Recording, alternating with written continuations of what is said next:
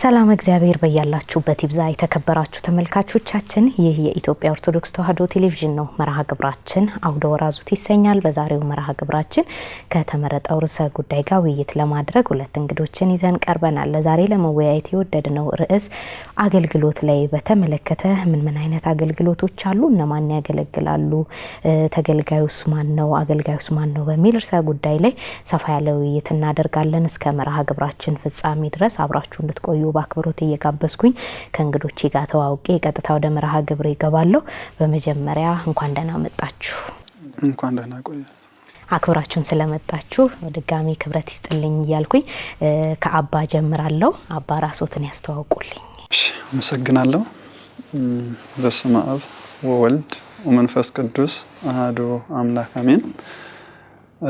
ስሜ መጋቢ ብሉይ አባ አብርሃም ሳህሌ ባላለው ማገለግለው በአዲስ አበባ ሀገረ ስብከት በታዕካ ነገሥት በዓታ ለማርያም ገዳም። መልካም፣ እንግዲህ አባታችን ስለመጡ በድጋሚ ክብረት ይስጥልኝ እያልኩኝ መምህር ደርሶ ልምጣ። እሺ፣ አመሰግናለሁ። እኔ መምህር ናሁሰናይ አሻግሬ ወንድሙ ባላለሁኝ በኢትዮጵያ ኦርቶዶክስ ተዋሕዶ ቤተክርስቲያን አገልጋይ ነኝ።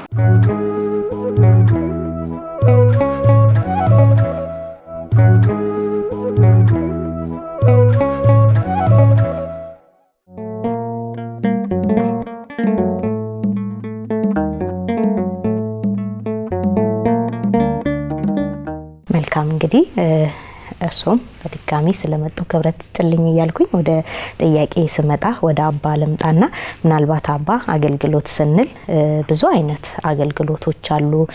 የበጎ ፍቃድ አገልግሎት አለ፣ መንፈሳዊ አገልግሎቶች አሉ፣ ዘርፈ ብዙ ናቸውና እንደው አገልግሎት ስንል ከቃሉ ትርጓሜ ብንነሳ አገልግሎት ማለት በራሱ ምን ማለት ነው?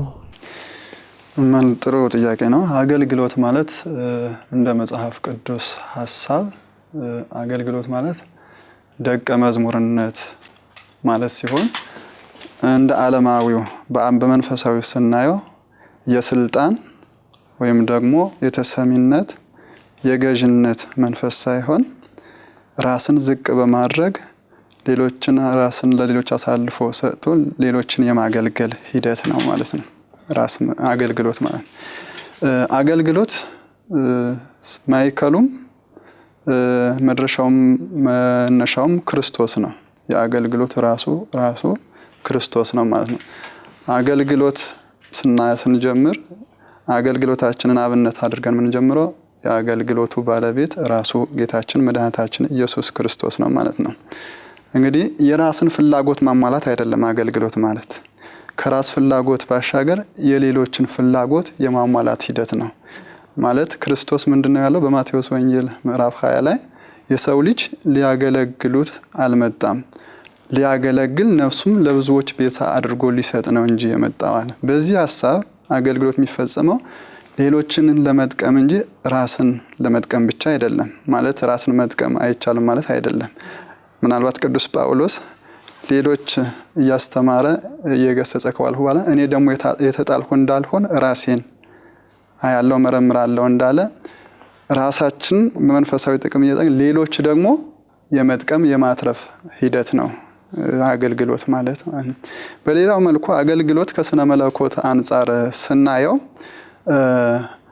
አብ በክርስቶስ ኢየሱስ በኩል የጀመረው የሰው ልጅ የማዳን የመፈወስ የማንጻት ሂደት በቤተ ክርስቲያን በኩል በምድር ላይ የማስቀጠል ሂደት ነው አገልግሎት ማለት ነው። እንግዲህ አሁን እንዳልኩት አገልግሎት አብ በኢየሱስ ክርስቶስ በኩል የጀመረው የሰው ልጅ የማዳን የመፈወስ የማንጻት ሂደት አገልጋዩ በምድር ባለችው በቤተ ክርስቲያን በኩል በመንፈስ ቅዱስ ኃይልና ምሪት ያንን የማስቀጠል የክርስቶስን ፈቃድ የአብን ፈቃድ በክርስቶስ በኩል ሊደረገው የነበረ ያንን የማስፈጸም ሂደት ነው ማለት ነው።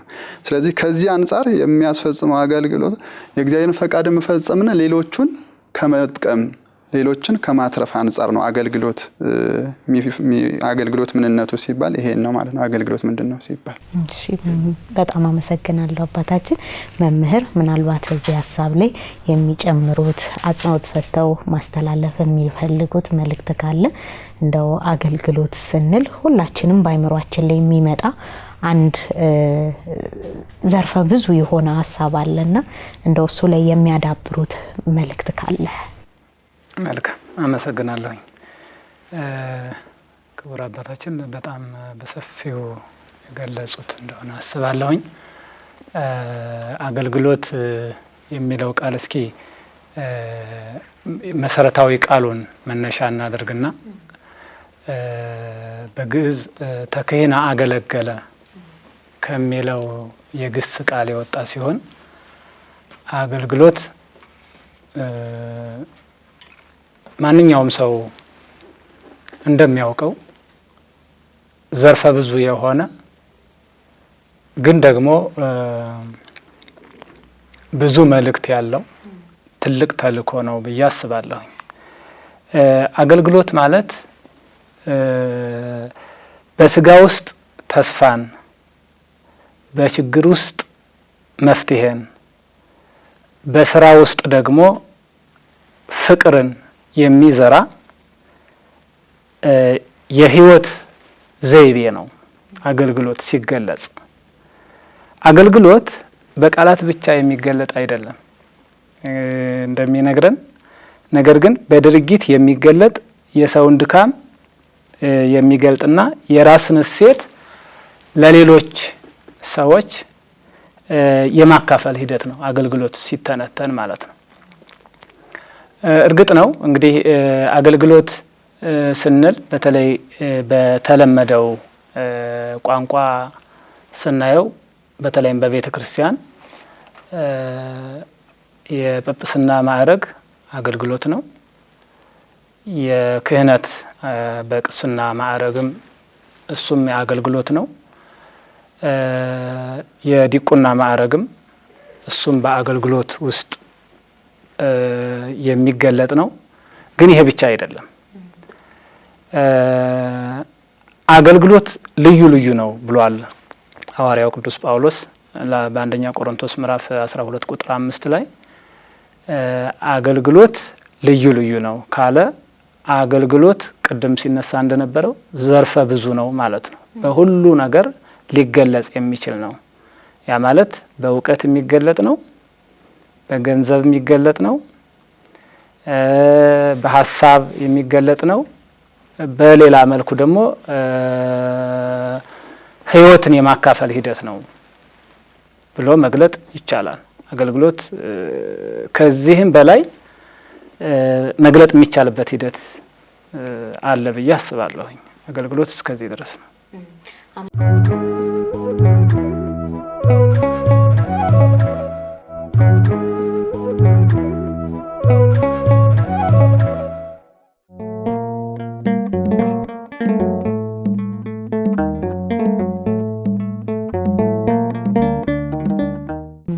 አመሰግናለሁ ሁለታችሁንም። አገልግሎትን ሁላችንም እንግዲህ እንደየ አቅማችን የየራሳችንን እይታ የየራሳችንን ምልከታ ግንዛቤ እናስቀምጥበታለን። እንደ ክርስቲያኖች ደግሞ ትልቁ የመተዳደሪያ ደንባችን የሆነው መጽሐፍ ቅዱሳችን አለና ምናልባት መገዣችን ምንጫችንም መድረሻችንም መጽሐፍ ቅዱስ ነውና እንደው ስለዚህ ስለ አገልግሎት መጽሐፍ ቅዱሳችን ምን ይለናል? ምን ያስተምረናል? ያው እየተነጋገርናቸው ያለው ነገር ከመጽሐፍ ቅዱስ ሐሳብ በመንተራስ ነው። አገልግሎት የሚለው በመንፈሳዊ እንደተባለው የተለያየ ዘርፈ ብዙ ምናልባት አገልግሎት የሚለው ሰውን ከመርዳት አንጻር ሁሉንም አገልግሎት ሊባል ይችላል። አገልግሎት እንደ መንፈሳዊ ስናይ ማለት ጸጋ ነው። ራሱ በመጽሐፍ ቅዱስ ጸጋ ነው። አንድ አገልጋይ ከእግዚአብሔር የተቀበለውን ነው ለሰዎች አሳልፎ የሚሰጠው። በማቴዎስ 10 ላይ እንደተነገረ በከንቱ የተቀበላችሁትን በከንቱ ስጡ። ሐዋርያት ክርስቶስ ለ3 ዓመት ከ3 ወር ካሰለጥናቸው በኋላ ሁሉ ካወቁ በኋላ ወደ ዓለም ሲልካቸው ምንድነው ከክርስቶስ ያለ ዋጋ በጸጋ ያገኙትን መንፈሳዊ ዕውቀት ለሌሎች ምን እንዲያዳርሱ ነው የተነገረው። ስለዚህ አገልግሎት ማለት በመጀመሪያ ጸጋ ነው። ጸጋ ማለት ምንድነው? ስጦታ ማለት ነው። ዋጋ ሳንከፍልበት ያለምንም መንሳ የምንቀበለው በእግዚአብሔር ቸርነት የምናገኘው ነገር ጸጋ እንለዋለን። ስለዚህ አገልግሎትም ከእግዚአብሔር ያገኘነው ስለሆነ ምንድነው? ጸጋ ነው። እንደ ወንጌል አስተምሮ አገልግሎት ማለት ጸጋ ነው።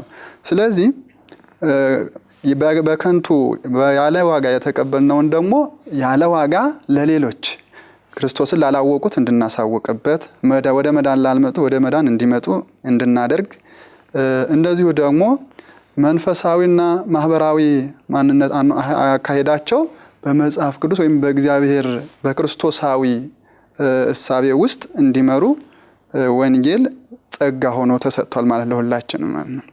በሌላው አገልግሎት ማለት ራስን መካድ ነው። እንደ መጽሐፍ ቅዱስ ምንድነው ያለው? ራሱን ያልካደ ሊመጣኝ ወደኔ ሊመጣ ሊያገለግለኝም ወይም ደቀ መዝሙሬ ሊሆን አይችልም ብሏል። ራሱ ክርስቶስ ማለት ነው። ስለዚህ ከዚህ አንፃር ስናየው እንደ መጽሐፍ ቅዱስ ሐሳብ አገልግሎት ማለት ነው ማለት ነው ራስን መካድ ነው ማለት ነው። መጀመሪያ አንስተነዋል። ራስ መካድ ማለት ለራስ ጥቅም መሮጥ ሳይሆን ስለ ሌሎች መኖር ማለት ነው። ይሄ ምንድነው? ይሄ በክርስቶስ የነበረ ማንነት ነው ማለት ነው። ክርስቶስ ወደዚህ ምድር የመጣው ስጋን የተዋሃደው ራሱ ሊከብር አይደለም አይደለ? እኛን ሊያከብረን ነው። ወደ ምድር ዝቅ ያለው ስጋ በመዋሃዱ የሚጨመርለት ክብር ኖሮ አይደለም። እኛ ከልጅነት ክብር የተራቆትነውን ወደ ክብር ለመመለስ ነው ክርስቶስ ወደዚህ ምድር እኛን ለማገልገል ነውና የመጣው። ስለዚህ ምንድነው? ራስ መካድ ማለት ለራስ ክብር፣ ለራስ ዝና፣ ለራስ አድርባይነት ከመኖር ወጥቶ ለወገኔ፣ ለወንድሜ፣ ለሀገሬ ብሎ መኖር። ይህም ደግሞ ለወንድሜ ለወገኔ ስንል እግዚአብሔርን በሚያስደስት መልኩ ከሕገ እግዚአብሔር ጋር በማይጣረስ መልኩ የምንሄድበት ሂደት ነው። ስለዚህ ከዚህ አንፃር ጥቅል ሐሳቡ አገልግሎት ማለት አንድ ጸጋ ነው። ሁለት የተጸጋችን አውቀን ደግሞ ራስን ክደን ራሳችንን ጥለን ራሳችንን ዝቅ አድርገን እግዚአብሔርና ሌሎችን የምናገለግልበት ሂደት ነው ማለት ነው።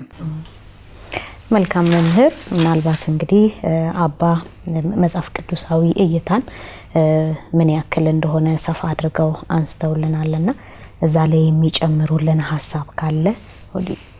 መልካም። አገልግሎት በሁለቱ ኪዳናት ወይም ደግሞ በሐዲስ ኪዳንና በብሉይ ኪዳን፣ በቀደመው ኪዳን የሰው ልጅ ሲፈጠር ለአገልግሎት ነው። ተፈጥሮ በራሱ አንዱን የመመገብ ስራ ሲታይ በቅዱስ መጽሐፍ እንደተጻፈው አገልግሎት ነው። አንዱ ለሌላ የመኖር ሂደት ነው። ለምሳሌ በኦሪት ዘፍጥረት ምዕራፍ 2 ቁጥር 15 ላይ የመጀመሪያው ሰው አዳም በገነት ሲቀመጥ ወይም ደግሞ በገነት ቦታ ሲሰጠው ዝም ብሎ ተቀምጦ እንዲኖር አልነበረም። እንዲንከባከባት፣ እንዲያበጃት፣ ስለዚህ እንዲሰራ ነው። ያ ማለት ከአዳም ወደ ተክልን እንኳን ራሱ የመስራት የመንከባከብ ሂደት እንደሆነ ማየት እንችላለን ማለት ነው። አገልግሎት አሁንም በዚህ በብሉይ ኪዳን መጻሕፍት በጣም ሰፊ የሆነ የአገልግሎት ዘርፍ ያላቸው፣ በተለይም ደግሞ በሙሴ ሕግ መሰረት ሌዋውያንን ስናይ ብዙ የአገልግሎት ዘርፍ ነበረ። የመገናኛው ድንኳን ከተተከለ በኋላ ሌዋውያኑ በየድርሻቸው ካህናቱ ድንኳኑን አገልግሎት የሚያገለግሉ፣ የመስዋዕቱን አገልግሎት የሚያገለግሉ፣ ወደ ኋላም ወደ ስርወ መንግስት ሲመጣ በዘመነ መሳፍንት አልፎ የነገስታቱን ሂደትም ስናይ የእግዚአብሔርንም ሐሳብም ህዝቡንም እያገለገሉ እንደነበረ ቅዱስ መጽሐፍ በሰፊው ይነግረናል ማለት ነው። በአዲስ ኪዳን ለኛ ለክርስቲያኖች በተለይም ደግሞ ይህንን ቃል ለሚሰሙ ወጣቶች ሞዴላችን፣ አርአያችን፣ ምሳሌያችን የሚሆነው ክርስቶስ ነው። በማቴዎስ ወንጌል ምዕራፍ 20 ቁጥር 28 ላይ ክርስቶስ የመጣው ለማገልገል እንደሆነ እንደው ስናስብ ከሰማያት ወደ ምድር የመጣው ክርስቶስ እኛን ለማገልገል ለአገልግሎት አርአያ ለመሆን እንደመጣ ራሱ በነገረን ክፍል እንረዳለን ማለት ነው። ሌላው አገልግሎት የሚጀምረው በትህትና ነው።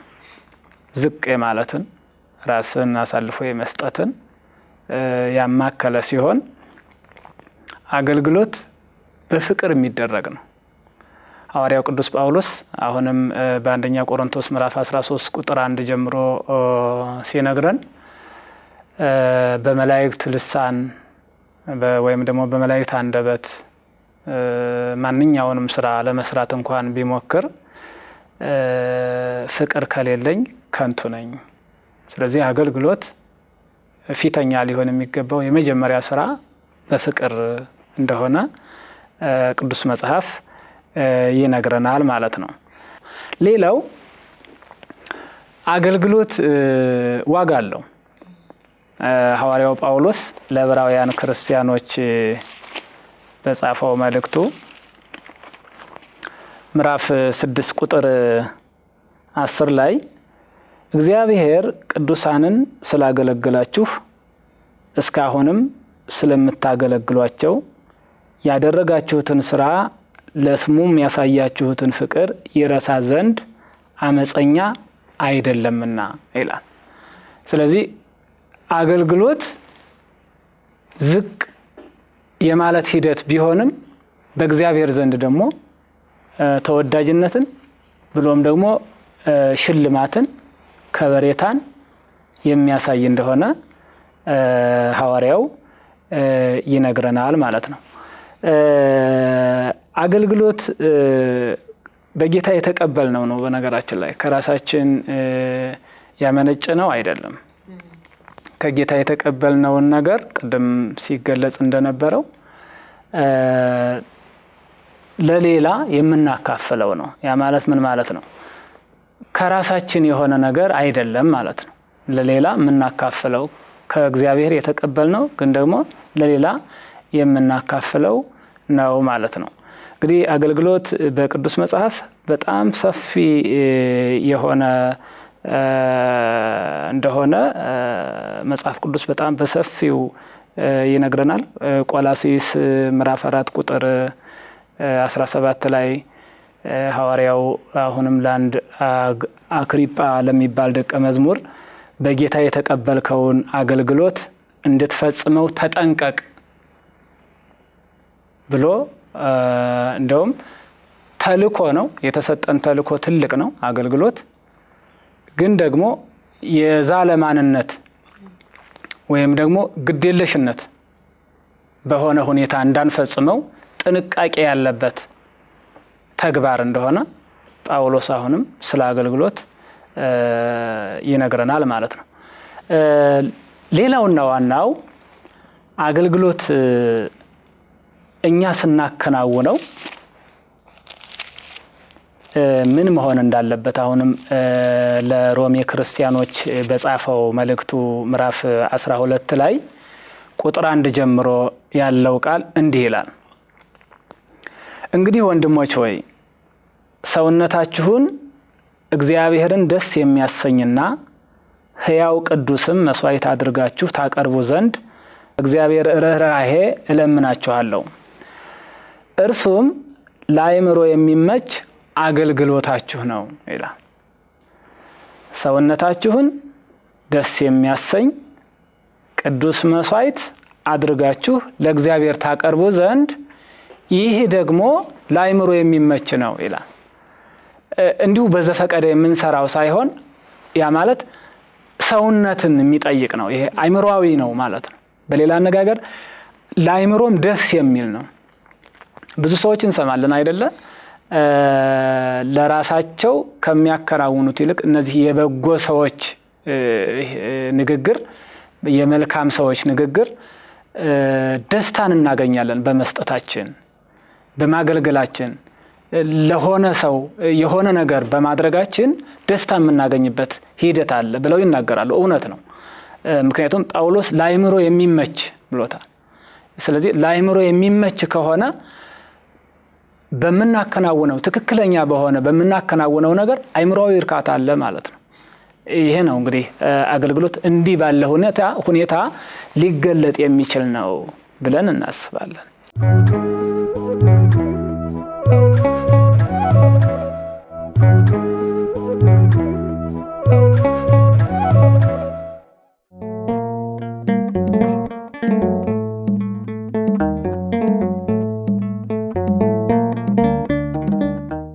አመሰግናለሁ መምህር ክብረት ይስጥልኝ። ምናልባት እንግዲህ ወደ አባ መጣለውኝ ወደ ቀጣይ ጥያቄያችን ስናልፍ አባ ምናልባት እንግዲህ ስለ አገልግሎት ይሄን ያክል ካልን እንግዲህ አገልግሎትን ስናነሳ ግዴታ አብሮ ሊነሳ የሚችል ደግሞ አገልጋይም አለ። እንደው ያ አገልጋይ ማን ነው? አገልግሎትስ የተፈቀደው ለማን ነው? አገልጋይ ማን ነው? አገልግሎትና አገልጋይ ተለይተው የሚታዩ ነገሮች አይደሉም። አገልግሎቱ ለመስጠት መጀመሪያ አገልጋዩ ለአገልግሎቱ የተገባ ሰው መሆን ማረጋገጥ ያስፈልጋል ማለት ነው። አገልጋይ ማን ነው ስንል አገልጋይ በዳግም ልደት ተወልዶ የመንግስቱ ዜጋ የሆነ ምእመን ወይም አማኝ ማለት ነው። በዳግም ልደት ከአብራከ መንፈስ ቅዱስ ከማህፀነ ዮርዳኖስ የሥላሴ ልጅነትን አገኝቶ ለመንግስቱ ዜጋ የመንግስቱ ዜጋ የሆነ በመንግስቱ ውስጥ ያለ በእግዚአብሔር መንግስት ውስጥ ያለ አማኝ ምን መሆን ይችላል? አገልጋይ የሚባለው እንደዚህ አይነት ነው። አንድ ሰው የተለያዩ አገልጋዮች ሊኖሩ ይችላሉ በዓለም ውስጥ ማለት ነው። መንግስት የህዝብ አገልጋይ ሊሆን ይችላል። አንድ አባወራ ለቤተሰቡ አገልጋይ ሊሆን ይችላል። ነገር ግን በመንፈሳዊ እነዚህ መንግስትም ይሆን ሌላ ማህበራትም አገልጋዮች ይሆኑ እነሱ የመንግስቱ ዜጎች ይሆኑ አይሆኑ አያካትትም። እንደ መንፈሳዊ አገልግሎት ስናየው ግን አገልጋይ ማለት ግዴታ በዳግም ልደት ተወልዶ በመንግስቱ ዜግነት ውስጥ ያለ መሆን ያስፈልገዋል። ስለዚህ አገልጋይ ማለት ለክርስቶስ የተሰጠ ራሱን ሙሉ ለሙሉ ለእግዚአብሔር የሰጠ ዝቅ ብሎ ማገልገል የሚችል የክርስቶስ ደቀ መዝሙር የሆነ ነው አገልጋይ መሆን የሚችለው አገልጋይ የሚባለው ማለት ነው።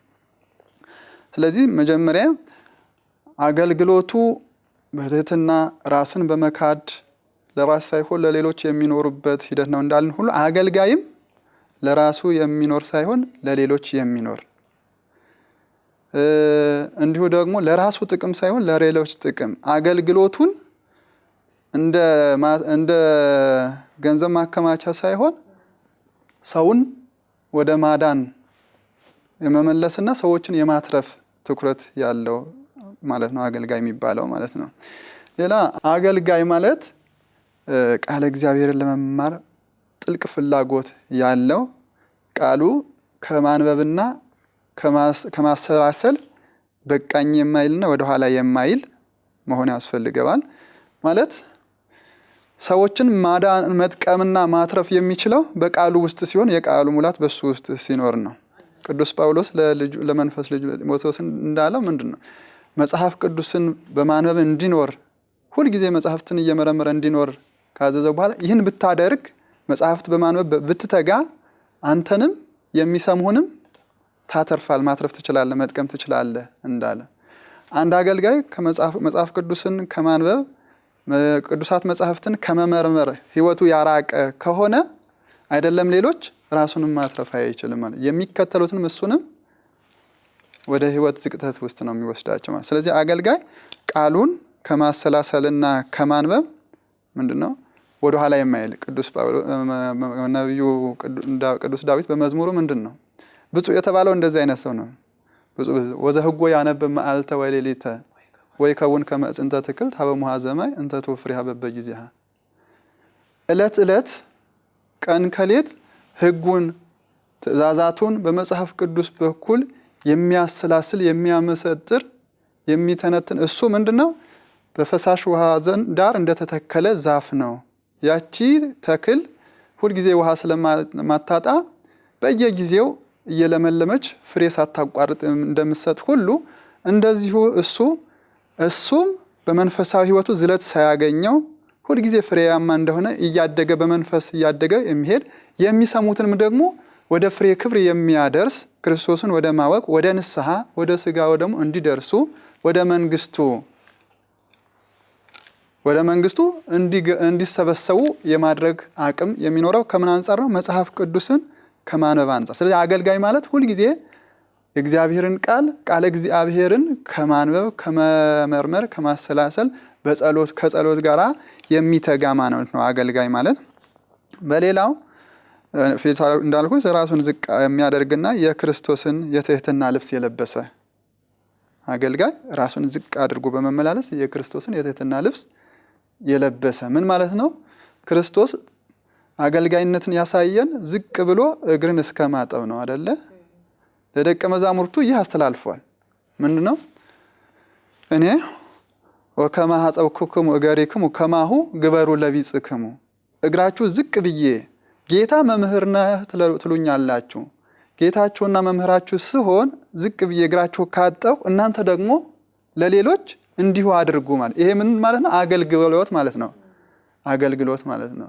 ስለዚህ ደቀ መዝሙር ማለት ራሱን ዝቅ አድርጎ በክርስቶስ ትህትና የሚመላለስ ነው አገልጋይ ነው የሚባለው ሊሆን የሚችለው ማለት ነው። በሌላው ፊት እንዳልሁት ሌላው መንፈሳዊ ብስለት ያው መጽሐፍትን ከማንበብ የሚመጣ ነው። በጸሎት ከመትጋት የሚመጣ ነው። በዚህ ውስጥ መመላለስ ያለበት ነው መንፈሳዊ አገልጋይ ማለት። እንዲህ አይነት አገልጋይ ለቤተ ክርስቲያን የሚያስፈልጓት ለምእመናኑ የሚያስፈልጉት እንደዚህ አይነት አገልጋይ ነው እንጂ አገልጋይነትን እንደ ሹመት እንደ ስልጣን የሚጠቀሙ በሰው ላይ ለመገልገል እንጂ ለማገልገል አይደለም። እንደዚህ አይነት ይሄ ደቀ መዝሙር ሊባል አይቻልም። ምንደኛ ሊባል ይችላል። እንደዚህ አይነት በሰው ላይ ሰዎችን ለማገልገል ሳይሆን በሰዎች ላይ ለመገልገል በዘመኑ እንደሚንጸባረቀው አይነት እንደዚህ ከሆነ ምንድነው? ምንደኝነት እንጂ ደቀ መዝሙርነት ወይም አገልጋይ ሊባል አይችልምና ስለዚህ ላንንባት ቤተ ክርስቲያን እንዲህ አይነት ክርስቶሳዊ ትህትና ያለው መጽሐፍ ቅዱስን የመመርመር ናፍቆት ፍላጎት ያለው በብስለት የማገልገል ሂደት ያለው ራሱን ዝቅ አድርጎ ለሌሎች የሚኖር በክርስቶስ በዳግም ልደት ተወልዶ ልጅነቱን ጠብቆ የልጅነት ክብሩን ጠብቆ ለአገልጋይ ክብር በሚመጥን ክብር የሚመላለስ አገልጋይ እሱ ነው አገልጋይ የሚባለው። ለቤተ ክርስቲያን የሚጠቅማትና የሚያስፈልጋት ይህ ነው።